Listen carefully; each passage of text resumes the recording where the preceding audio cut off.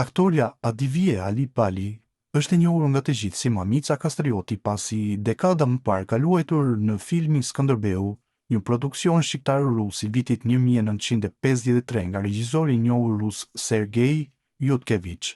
Ajo është kthyer pas në kohë dhe ka kujtuar gjithçka nga filmi në emisionin Pas mesnate. Adivie ka thënë se ju bën shumë intriga për rolin, por regjizori rus zgjodhi pikërisht atë. Sa kaq aktoria tha se i kanë sjellë edhe probleme me vizën, pasi këtë rol e donin dhe shumë aktorë të tjerë. Gjatë kësaj kohe, unë isha fejuar dhe isha e dashuruar marrëzisht. Ai mund dhe të më ndalonte dhe të më thoshte mos shko në film. Mua ma sabotuan vizën, me zi ma nxorën, pasi të gjithë donin të luanin Mamicën.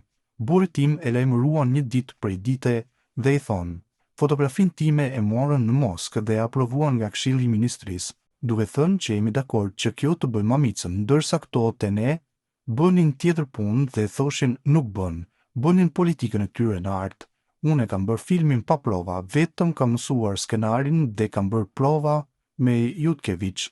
Në rast se unë kam dalë më keq, sukses të madh në film është vetëm merite e Yudkevich, i cili ishte në 4 regjisorët më të mëdhenj të Bashkimit Sovjetik. Unë filmin nuk e kam parë për disa vite pasi u ndjeva keq në ato kohë se më shan aktorët.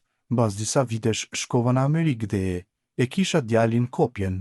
E vuri 3 net rresht pa njëri vetëm, 1 natë, 2 net dhe thash, e pas kam pasur gabim, pasi pas kam qenë mirë në film për feu aktoria. Ajo ka folur për të kaluarën nga 15 vitet e internimit, vështirësitë ekonomike deri te rritja e fëmijës mes shumë sfidash. Donin kokën e burrit tim, ai ishte një nga integritarët më të shquar të Shqipërisë dhe donin kokën e tij. Pati fatin e keq dhe i futën 2 vëllezër në burg, ndërsa atë nuk e futën në burg, por e internuan bashkë me mua dhe të 2 fëmijët.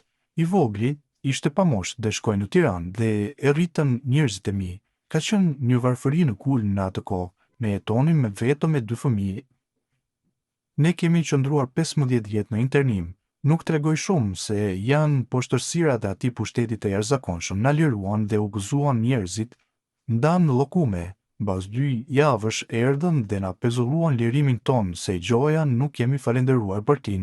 Ne jetonim në varfëri, por ndërgjegjen e kishim, u shpreh aktoria e madhe.